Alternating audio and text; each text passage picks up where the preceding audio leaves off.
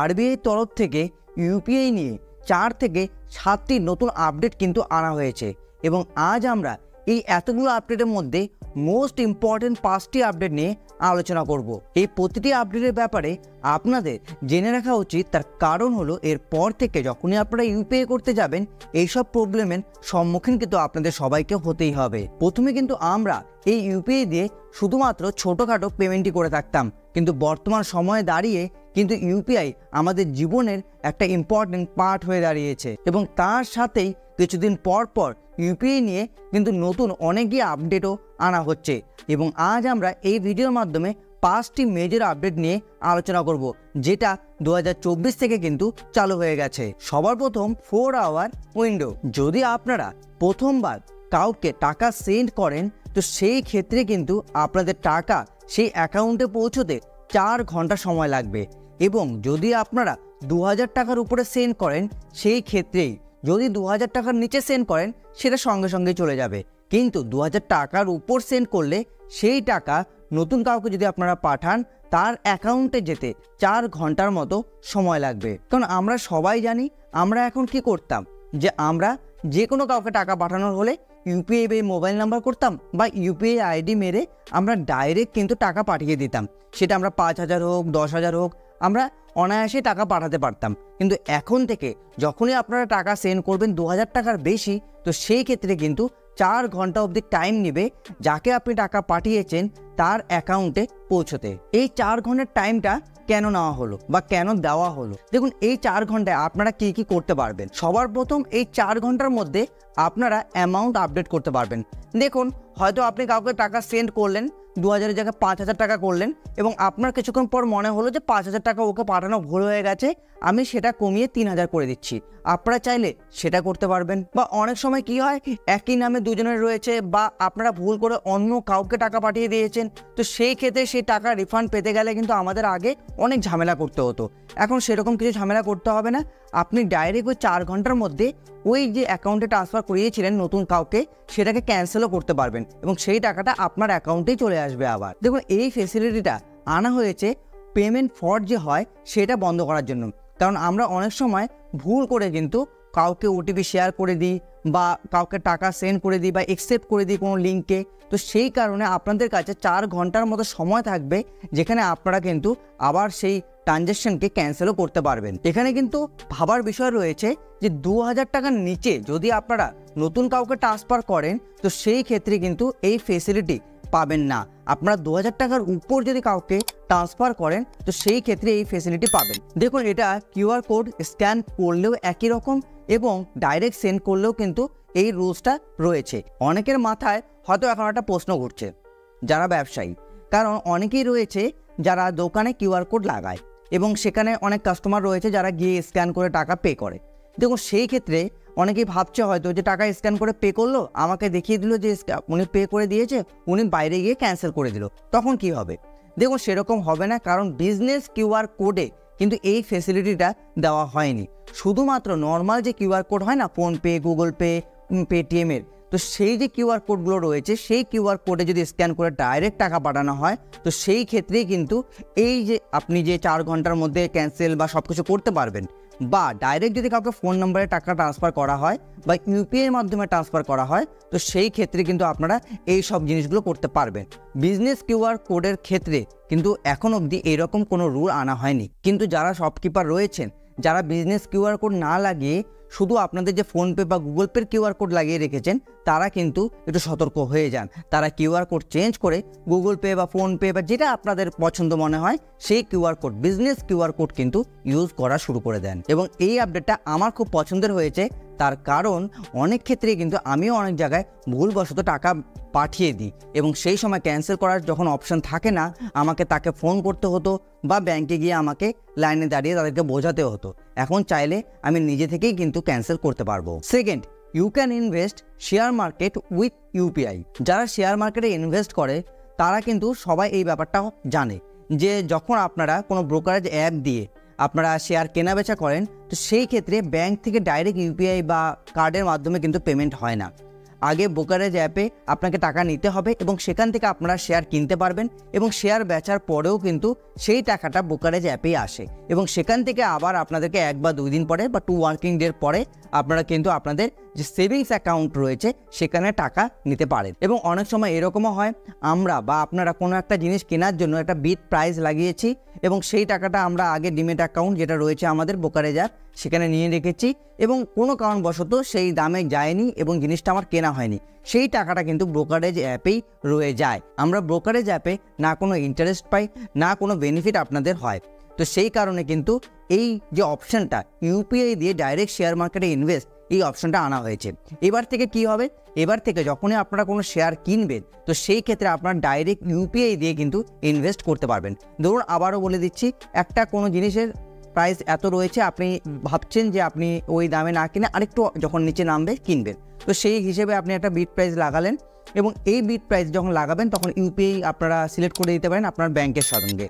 যখনই সেই দামে আসবে আপনার ব্যাংক থেকে টাকা কেটে ইউপিআইয়ের মাধ্যমে আপনাকে সেই শেয়ারটা অ্যালট করে দেওয়া হবে এবং যদি না আসে ওই দামে তো আপনাদের সেই শেয়ারটা কেনা হলো না।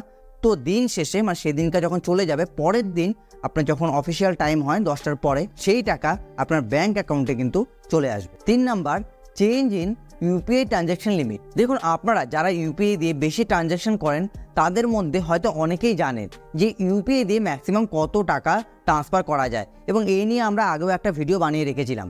দেখুন ইউপিআই দিয়ে কিন্তু ম্যাক্সিমাম যে ট্রান্সফার করা যায় পার ডেতে সেখানে কিন্তু 1 লক্ষ টাকাই ছিল। কোনো ব্যাংক সেটাকে লিমিটটাকে কমিয়ে রাখে 50,000 বা 75,000 করে রাখে, কিন্তু ম্যাক্সিমাম ব্যাংক কিন্তু সেটাকে 1 লাখই রাখতো।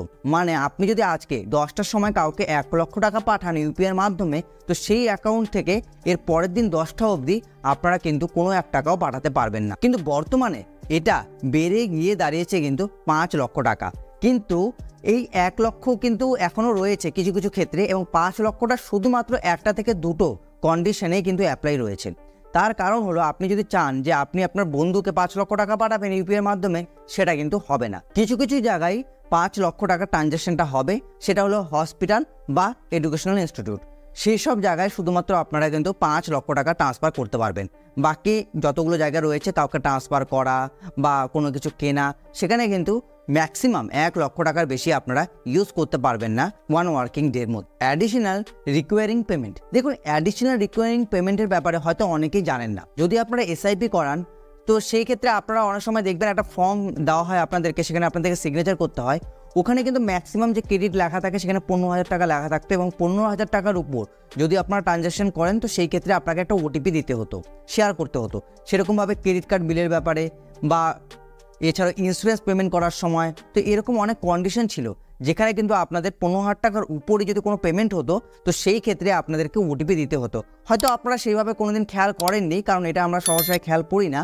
তো এই যে আগে যে 15,000 টাকা লিমিট ছিল তার মধ্যে আপনাকে ওটিপি শেয়ার করতে হতো যদি 15,000 টাকার উপর যদি কোনো পেমেন্ট হতো, তো সেটা এখন বেড়ে গিয়ে দাঁড়িয়েছে 1 লক্ষ টাকা।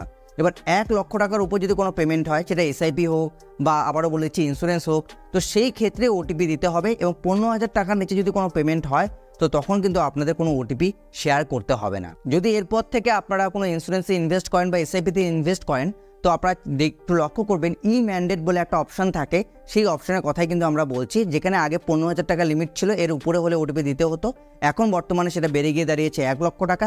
1 লক্ষ টাকার উপর পেমেন্ট হলে তবেই কিন্তু ওটিপি শেয়ার করতে হবে। 4 নাম্বার, ক্যাশ উইথড্রল ভায়া কিউআর কোড। বর্তমানেও যদি আপনারা টাকা উইথড্র করাতে যান এটিএমের থেকে, সেখানেও কিন্তু আপনাদের আর এটিএম কার্ডের দরকার নেই। শুনে একটু অবাক লাগছে তাই তো, যে এরকম আবার কবে থেকে শুরু হলো? হ্যাঁ, এইরকম ফেসিলিটিও কিন্তু আনা হচ্ছে আরবিআই তরফ থেকে। আপনারা গুগল পে, ফোনপে বা পেটিএম থেকে কিউআর কোড স্ক্যান করেও কিন্তু আপনারা এটিএমের মাধ্যমে টাকা তুলতে পারবেন। এনপিসিআই এবং হিটাচি এই দুইজন মিলে কিন্তু অনেক জায়গায় এই এটিএম সিস্টেম চালু করে দিয়েছে, যার নাম রাখা হয়েছে ইউপিআই এটিএম। এবার কথা হলো এই ইউপিআই এটিএম দিয়ে টাকা বের হবে কি করে? দেখুন এই এটিএম থেকে টাকা বের করার জন্য আপনাদের সবার প্রথম হতে হবে একটা ইউপিআই এটিএম কার্ড। দেখুন এখন কিন্তু এইচডিএফসি ব্যাংক এবং আইসিআইসিআই ব্যাংক থেকে এই কার্ডটা কিন্তু দেওয়া হচ্ছে। তো আপনারা একটু দেখবেন, যদি আপনারা ইউপিআই এটিএম কার্ড পেয়ে যান তাহলে সেই এটিএম কার্ড দিয়ে কিন্তু আপনারা টাকা তুলতে পারবেন। যখন আপনারা হিটাচির ইউপিআই এটিএমে যাবেন এবং সেখানে গিয়ে আপনাদের কাছে অনেকগুলো অপশন আসবে, যেখানে ইউপিআই ক্যাশ উইথড্র বলে একটা অপশন থাকবে, সেখানে আপনারা যখন সিলেক্ট করবেন এবং তারপর আপনাদেরকে অ্যামাউন্ট দিতে বলা হবে, সেই অ্যামাউন্ট আপনারা দিবেন এবং তারপর আপনাদের সামনে একটা স্ক্যানার চলে আসবে এবং সেটাকে স্ক্যান করার পর আপনারা যখন আপনাদের পিন দিবেন আর আপনাদের টাকা কিন্তু উইথড্র হবে এবং সেটা কিন্তু সেই এটিএম থেকেই বের হবে। সেই কারণেও কিন্তু আপনাদেরকে অনেক ক্ষেত্রে এটিএম ইউজ না করলেও কিন্তু চলবে, আপনার ডাইরেক্ট মোবাইলের মাধ্যমেও কিন্তু এটিএম থেকে টাকা উইথড্র করতে পারবে। এই ফেসিলিটিটা আমার খুব পছন্দ হয়েছে, কারণ অনেক জায়গায় আমরা এটিএম ক্যারি করতে ভুলে যাই, তো সেই ক্ষেত্রে মোবাইল তো আমাদের সঙ্গেই থাকে, তো আমরা চাইলে এটিএম থেকে এইভাবে কিন্তু টাকাও তুলতে পারবো। কিন্তু একটাই প্রবলেম, এই এটিএমটা এখনও সব জায়গায় আসেনি, কিছু কিছু সিটিতে শুধুমাত্র এই এটিএমটা চালু করা হয়েছে, এখন অবধি পুরোপুরি যতদিন না আসে ততদিন এর ফেসিলিটিটা আমরা নিতে পারবো না। এবং সবার last not the least 5 number, সেটা হলো UPI pay later. UPI pay later যদি লঞ্চ হয়ে যায় তবে কিন্তু credit card industry in danger. দেখুন, ইউপিআই পে লেটার এখনও লঞ্চ হয়নি, আরবিআই তরফ থেকে কিন্তু বলা হয়েছে, প্রপোজাল রাখা হয়েছে, এরকম চিন্তাভাবনা তারা করছে খুব শীঘ্রই আনার জন্য। তো এই ইউপিআই পে লেটার আসলে কি জিনিস, কেন ক্রেডিট কার্ডের এর থেকে ভয় রয়েছে? সবার প্রথমেই ক্রেডিট কার্ডের মতো এটার কিন্তু একটা লিমিট থাকবে। যেরকম আমরা ক্রেডিট কার্ড যখন নিই একটা লিমিট থাকে না, যে আপনারা প্রথমে এই ক্রেডিট কার্ড থেকে 50,000 টাকারই মার্কেটিং করতে পারবেন। যখন আপনি ওই 50,000 টাকা ঠিকঠাক মার্কেটিং করছেন, টাকা দিচ্ছেন, বিল যখন আসছে, করতে করতে একটা সময় কি হয়, সেই ক্রেডিট কার্ডের যে অ্যামাউন্টটা সেটা বেড়ে যায়, 50 থেকে 1 লাখ হয়ে যায়, 1.5 লাখ হয়ে যায়। তো সেই রকমভাবেও কিন্তু ইউপিআই পে লেটারও হবে।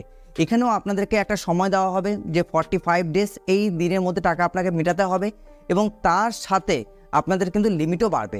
ধরুন একদম পুরোপুরি ক্রেডিট কার্ড, যেখানে আপনাদের শুধু ফিজিক্যাল ক্রেডিট কার্ড দেওয়া হচ্ছে না, শুধুমাত্র ইউপিআই পে লেটার, যেরকম ফ্লিপকার্ট পে লেটার হয় না বা অ্যামাজন পে লেটার, সেরকমভাবেই এখানেও আপনারা যখন মার্কেটিং করবেন তারপর 45 ডেজের একটা টাইম দেওয়া হবে, এরপর গিয়ে আপনাকে পেমেন্ট করতে হবে। এছাড়াও আপনারা এই ইউপিআই থেকে লোন নিতে পারবেন। দ্বিতীয়ত, এখান থেকে আপনারা কিন্তু ক্যাশব্যাক পাবেন, রিওয়ার্ড পাবেন এবং এই ইউপিআই পে লেটার থেকে আপনারা কিন্তু ক্রেডিট স্কোরও ইমপ্রুভ করতে পারবেন, যাতে ভবিষ্যতে লোন নিতে আপনাদের খুব সাহায্য হয়। মানে ক্রেডিট কার্ডে যত কিছু হতো সব কিছু কিন্তু এই ইউপিআই পে লেটার দিয়ে হবে। এই ইউপিআই পে লেটারের বেনিফিট যদি আপনারা এখনই পেতে চান, তার জন্য আপনাদের এইচডিএফসি বা আইসিআইসিআই ব্যাংকের অ্যাকাউন্ট থাকতে হবে। শুধু অ্যাকাউন্ট থাকলেই হবে না, প্রতিটি কাস্টমারকে কিন্তু এই ফ্যাসিলিটি দেওয়া হচ্ছে না। যারা হিউজ অ্যামাউন্ট ট্রানজ্যাকশন করছে তাদের জন্যই এখন শুধুমাত্র এই ফ্যাসিলিটি দেওয়া হচ্ছে। তো আপনারা যদি চান যে এই ফ্যাসিলিটি নিতে, তো আপনারা ব্যাংকের সঙ্গে কন্ট্যাক্ট করতে পারেন, তাদের সঙ্গে কথা বলে দেখতে পারেন যে আপনার জন্য বা আপনার এই জায়গায়, যে জায়গায় আপনার অ্যাকাউন্ট রয়েছে, সেখানে এই ফ্যাসিলিটি এখন এসেছে কিনা। তো আশা করব ইউপিআই সংক্রান্ত আপনাদের মধ্যে আর কোনো প্রশ্ন নেই। যদি এর পরেও কোনো প্রশ্ন আপনাদের মধ্যে থাকে তো নিচে কমেন্ট বক্সে জিজ্ঞাসা করতে কিন্তু ভুলবেন না। যদি ভিডিওটা আপনাদের একটুকু হেল্পফুল বলে মনে হয়ে থাকে তো চ্যানেলটিকে সাবস্ক্রাইব করে আমাদেরকে সাপোর্ট করতে কিন্তু ভুলবেন না। এছাড়াও ভিডিওটি ভালো লাগলে বন্ধুবান্ধব এবং গুরুজনদের সাথে শেয়ার করতেও ভুলবেন না। ভিডিওটি দেখার জন্য আপনাদের সকলকে অসংখ্য ধন্যবাদ। ভালো থাকবেন, ভালো রাখবেন।